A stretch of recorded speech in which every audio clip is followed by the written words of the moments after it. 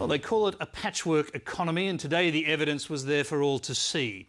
Nationally, the unemployment rate fell, while the number of jobs has grown by more than 45,000.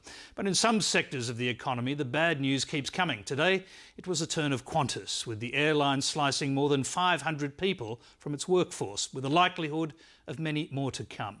Hamish Fitzsimmons reports.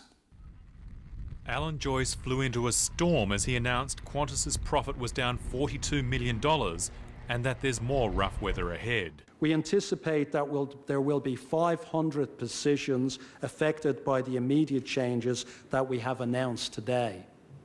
But let me clarify that there will be no jobs going offshore.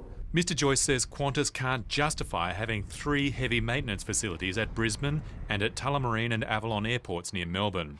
It means hundreds of engineering and maintenance jobs will go. The work has simply disappeared because of this new aircraft technology. It means we have to do less maintenance, less often. Same way you have to do less maintenance, less often on your home car. That's what's happened with aircraft technology. Last August, the airline announced a major restructure that would see 1,000 jobs outsourced or lost. In October, ongoing industrial action saw Alan Joyce take the radical step of grounding the airline for 36 hours. Qantas blames this for the downgraded profit, but others are still furious. It shows extraordinary gall on the part of Alan Joyce that he unilaterally grounds the airline, costs it $194 million, and as a consequence, he ends up with a $2 million bonus, yet 500 Australians have lost their job. This time, unions are stopping short of confronting Qantas.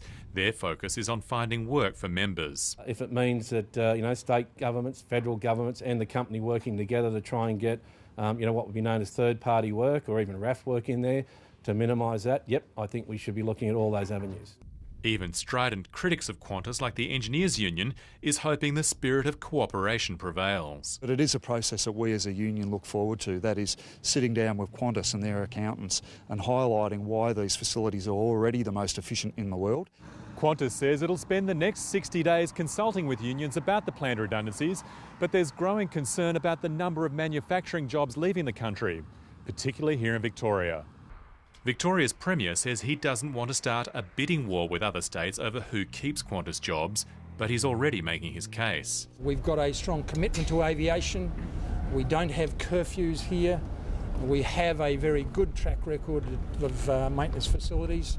Ted Baillieu will hold further talks with Qantas, but there'll be more bad news when the airline completes reviews of other operations. We expect there to be further jobs affected by those reviews, and it'd be premature for me to actually say what we believe the total number will be.